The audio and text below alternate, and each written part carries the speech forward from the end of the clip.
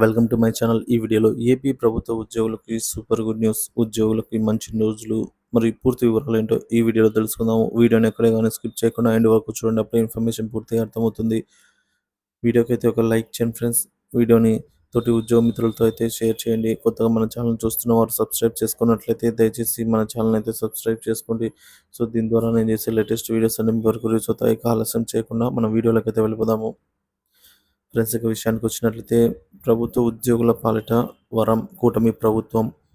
ఇండియాలో తెలుగు రాష్ట్రాలకు అధిక సార్లు సీఎంగా చేసిన నాయకుడు ఎవరైనా ఉన్నారంటే చాలామందికి గుర్తు వచ్చేది చంద్రబాబు నాయుడు అని చెప్పవచ్చు. వరుసగా ఆంధ్రప్రదేశ్ రాష్ట్రానికి 4 సార్లు సీఎంగా చంద్రబాబు నాయుడు గారు సేవలు అందించారు. అలాంటి ఈయన రాజకీయాల్లోకి వచ్చి 50 సంవత్సరాలు కావస్తుంది. గెలిచినా పేద ప్రజల పక్షాన ఉంటూ పార్టీని కాపాడుకుంటూ నాయకుల అండదండలతో ఉంటూ వస్తూ ఉన్నారు. అలాంటి బాబు గారు ఎలాంటి పని చేసినా అది భవిష్యత్ తరాలకు ఎంతో ఉపయోగపడుతుందనేది చెప్పవచ్చు.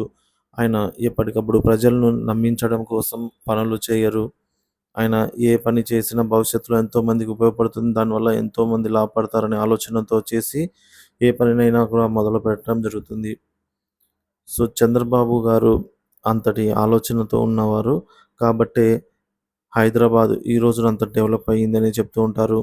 ఆయన హయాంలోనే ఐటీ శాఖ పుంజుకుందని అయితే చెప్తున్నారు. సో ఇక ఇప్పటికీ ఐటీ హైదరాబాద్లో అంత ఎదిగింది అంటే చంద్రబాబు చలవేనైతే ముఖ్యంగా చెప్తున్నారండి. సో ఈ విధంగా ముఖ్యమంత్రి చంద్రబాబు గారు ఏ పని చేసినా భవిష్యత్ తరాలకు లైఫ్ ఇచ్చేది విధంగా ఉంటుంది అని చెప్పవచ్చు.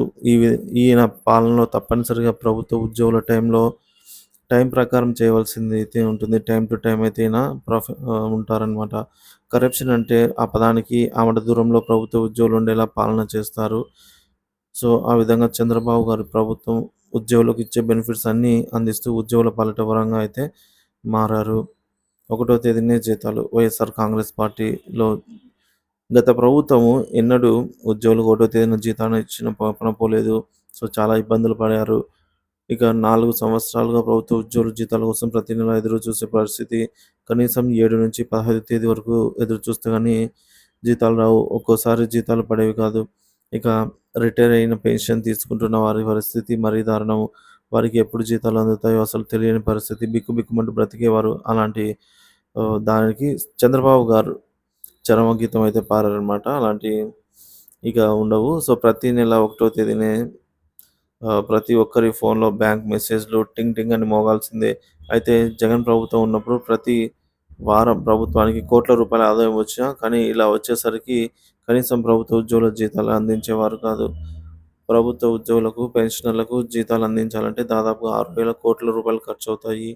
సో జగన్ హయాంలో అయితే వారానికి 13,000 కోట్ల ప్రభుత్వానికి సమకూరిన కానీ మరిన్ని అప్పులు చేసే సమయానికి ప్రభుత్వ ఉద్యోగులకు జీతాలు అందించేవారు.